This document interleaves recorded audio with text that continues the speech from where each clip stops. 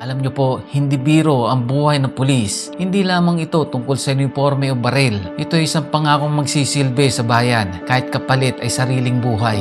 May mga oras na kahit pagod ka na, kailangan lumabas at rumisponde. May mga araw na hindi mo makakasama ang pamilya mo dahil mas kailangan ka ng taong bayan. Madalas na imbes na respeto, batikos ang natatanggap. Kapag may isang pulis na nagkamali, lahat damay-damay. Hindi nakikita ng iba ang mabubuting ginagawa ng mga kapulisan natin. Yung mga buhay na inailigtas, yung mga sakripisyong hindi na ibabalita. Kaya sa mga pulis dyan na tunay na nanunungkulan ng tapat, saludo ko sa inyo lahat. At sa publiko naman po, bago manghusga, alamin mo muna ang buong kwento. Dahil sa likod ng aming badge, may totoong taong may puso, may pamilya, at may pangarap din mapabuti ang ating bayan.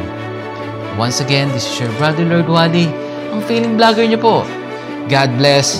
Peace out.